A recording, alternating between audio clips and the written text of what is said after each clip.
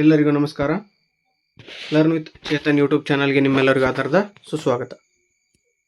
2024-25ನೇ ಸಾಲಿನ 10ನೇ ತರಗತಿಯ ವಾರ್ಷಿಕ ಪರೀಕ್ಷೆ 21/3/2025 ಸ್ಟಾರ್ಟ್ ಆಗ್ತಾ ಇದೆ. ಸೊ ಕನ್ನಡ ಪರೀಕ್ಷೆಗೆ ಅತ್ಯಂತ ಪ್ರಮುಖವಾದಂತಹ ಮಾದರಿ ಪ್ರಶ್ನೆ ಪತ್ರಿಕೆಗಳನ್ನು ತೆಗೆದುಕೊಂಡು ಬಂದಿದ್ದೇವೆ. ಸೊ ಈ ಒಂದು ಮಾದರಿ ಪ್ರಶ್ನೆ ಪತ್ರಿಕೆ ನಿಮ್ಮ ನಾಡಿದ್ದು ನಡೀತಕ್ಕಂತಹ ಆ್ಯನ್ಯುವಲ್ ಎಕ್ಸಾಮ್ಗೆ ಅತ್ಯಂತ ಸಹಕಾರಿಯಾಗ್ತದೆ ಅಂತ ಹೇಳ್ಬೋದು.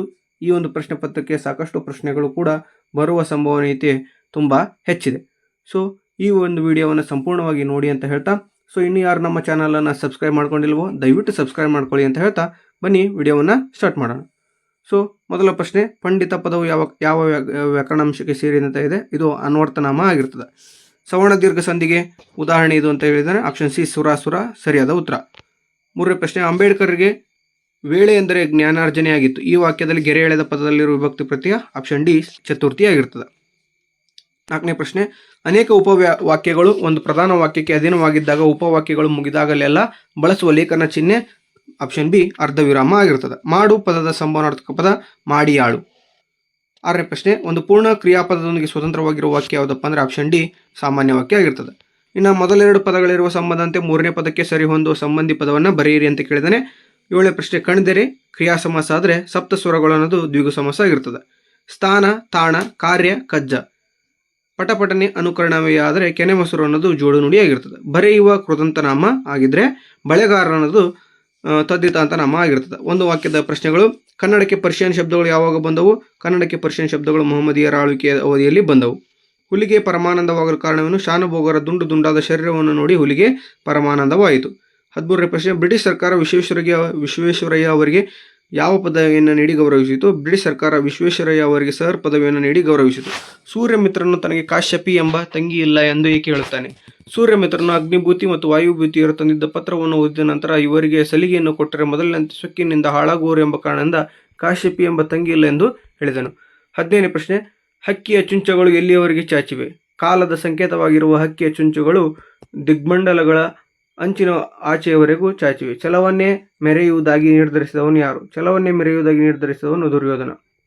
17ನೇ ಪ್ರಶ್ನೆ, ಗುರುವಾಣಿ ಯಾರಿಗೆ ಹೊರೆ ಎನಿಸುತ್ತದೆ? ಮೂರ್ಖರ ಕಿವಿ ಗುರುವಾಣಿ ಎಷ್ಟೇ ಪರಿಶುದ್ಧವಾದರೂ ಹೊರೆ ಎನಿಸುತ್ತದೆ. ಇನ್ನು 2-3 ಅಂಕಗಳ ಪ್ರಶ್ನೆಗಳಾಗಿರ್ತವೆ. ಮದಲಿಂಗನ ಕಣಿವೆಯಲ್ಲಿ ಬರುವಾಗ ಶಾನುಭಾವರ ಮನಸ್ಸಿನಲ್ಲಿ ಬಂದ ಯೋಚನೆಗಳಾವು ಅಂತ ಇದೆ.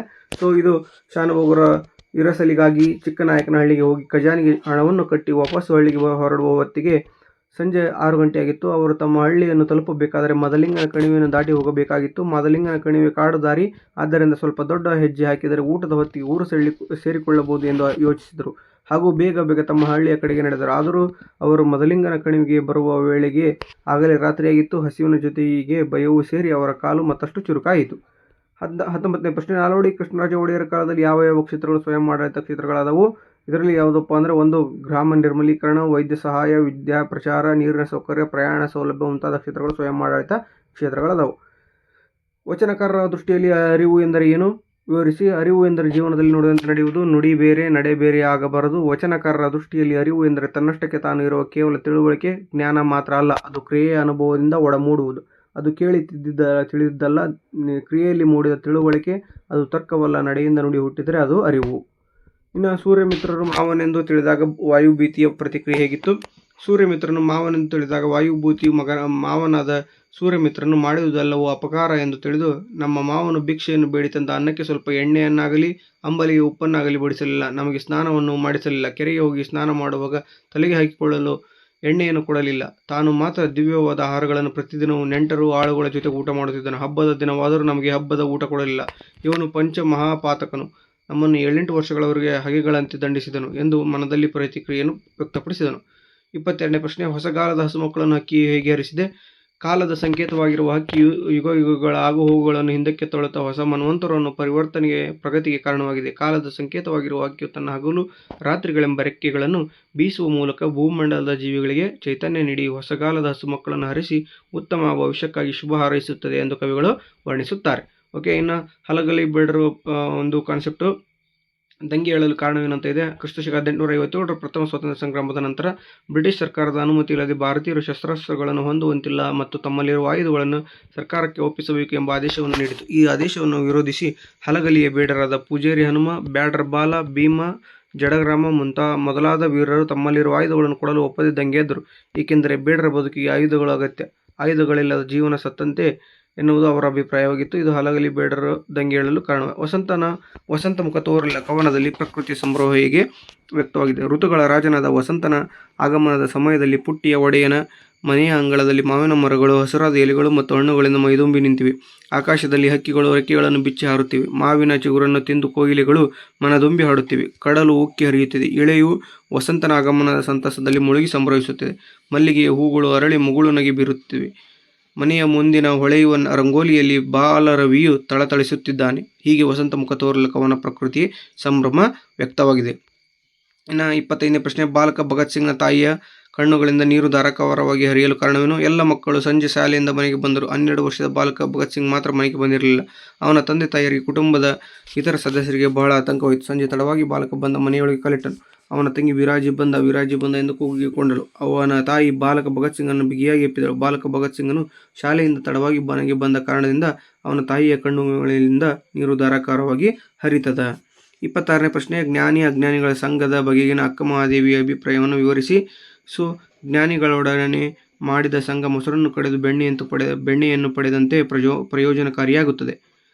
ಅಜ್ಞಾನಿಗಳೊಡನೆ ಮಾಡಿದ ಸಂಘ ಕಲ್ಲುಗಳನ್ನು ಉಜ್ಜಿ ಬೆಂಕಿಯನ್ನು ಪಡೆದಂತೆ ಅಪ್ರಯೋಜನಕಾರಿಯಾಗಿರುತ್ತದೆ ಎನ್ನುವುದು ಜ್ಞಾನಿ ಅಜ್ಞಾನಿಗಳ ಸಂಘದ ಬಗೆಗಿನ ಅಕ್ಕ ಮಹಾದೇವಿಯವರ ಅಭಿಪ್ರಾಯವಾಗಿರ್ತದೆ. ಓಕೆನಾ. ಇವೆಲ್ಲವೂ ಪ್ರಶ್ನೆಗಳು ಕೂಡ 2 ಅಂಕದ ಪ್ರಮುಖ ಪ್ರಶ್ನೆಗಳಾಗಿರ್ತವೆ.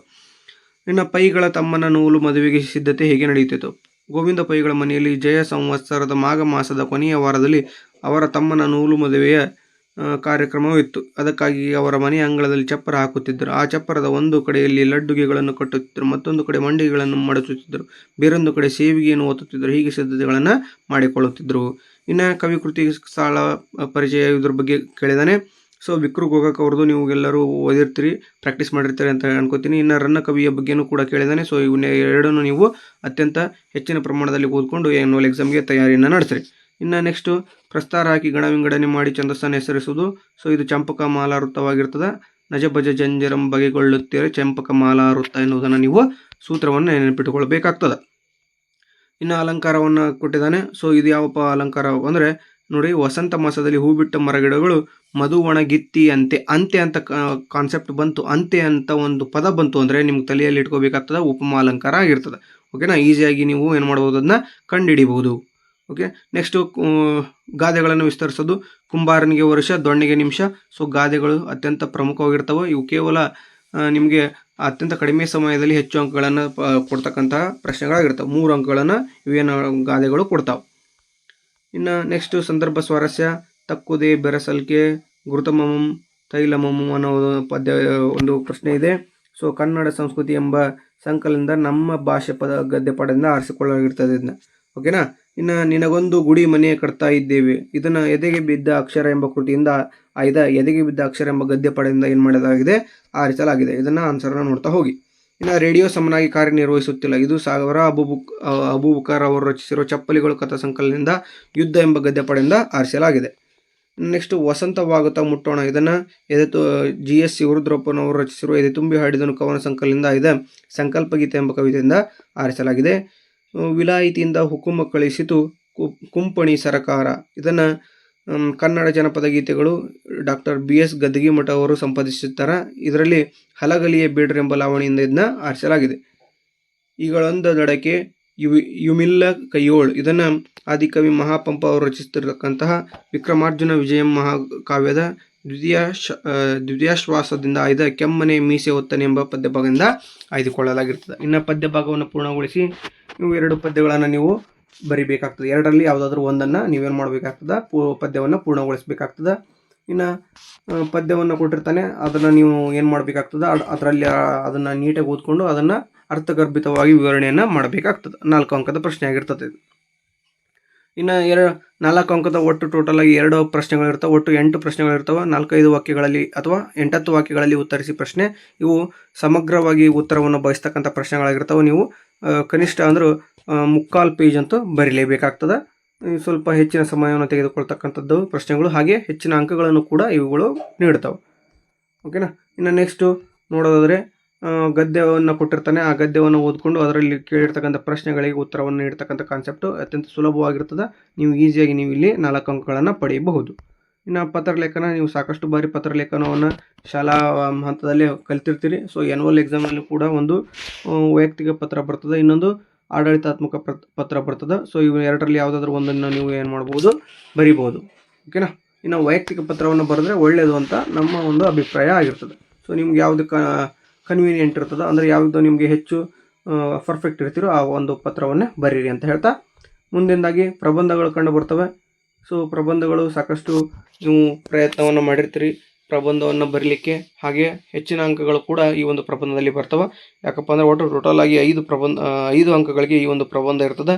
ಮೊದಲಿಗೆ ಪ್ರಬಂಧವನ್ನು ಬರೀಬೇಕಾದ್ರೆ ಹೆಡ್ಡಿಂಗನ್ನು ನೀಟಾಗಿ ಹಾಕೋದು, ಅಷ್ಟೇ ಅಲ್ಲದೆ ಪೀಠಿಕೆಯನ್ನು ಹಾಕಬೇಕು. ಪೀಠಿಕೆಯಲ್ಲಿ ಆ ವಿಷಯದ ಕುರಿತು ಸಂಕ್ಷಿಪ್ತ ವಿವರಣೆ ಕೊಡಬೇಕು. ಅದ ನಂತರ ವಿಷಯ ಸಂಗ್ರಹಣೆ ಅಂತ ಇರ್ತದೆ. ಆ ವಿಷಯ ಸಂಗ್ರಹಣೆಯಲ್ಲಿ ಆ ಒಂದು ಕೊಟ್ಟಿರ್ತಕ್ಕಂಥ ಪ್ರಬಂಧದ ಹೆಡ್ಡಿಂಗ್ ಏನಿದೆಯಲ್ಲ ಅದಕ್ಕೆ ಸಂಬಂಧಿಸಿದಂಥ ಎಲ್ಲ ಮಾಹಿತಿಗಳನ್ನು ನೀವು ಪ್ಯಾರಾಗ್ರಾಫ್ ಮಾಡುವುದರ ಮೂಲಕ ನೀಟಾಗಿ ಪಾಯಿಂಟ್ಸ್ ವೈಸ್ ಬರಿತಾ ಹೋಗಬೇಕಾಗ್ತದೆ.